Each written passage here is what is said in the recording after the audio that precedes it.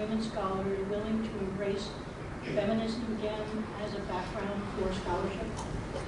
Thank you for that question. Yeah, I'd have to disagree with Cheryl.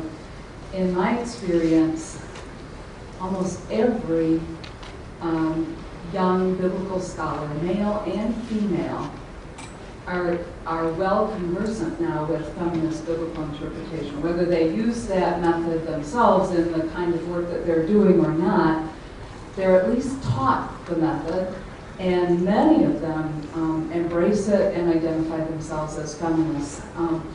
About 4 years ago, I was working with Sister Katarina Schuth on her latest book on seminary formation, and as part of my task, research for the essay that I wrote that's in her book, I contacted biblical scholars in seminaries all over the country, and almost everybody responded.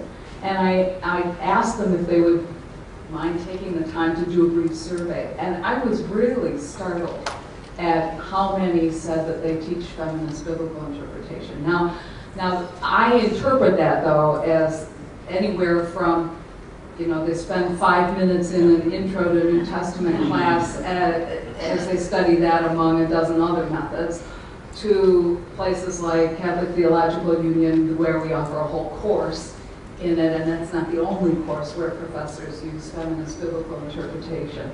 But the other thing, too, is that when I started working on the Wisdom Commentary series, so that's 58 volumes, commentaries on every book of the Bible, written entirely by feminist men and women biblical scholars, I was afraid that I wouldn't be able to find 58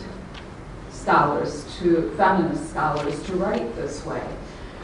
And a number of the volumes are co-authored. So what I've actually discovered is not only are there 58 of them, but I've got about 75 on board, because a number of the volumes are co-authored, and I have no problem getting.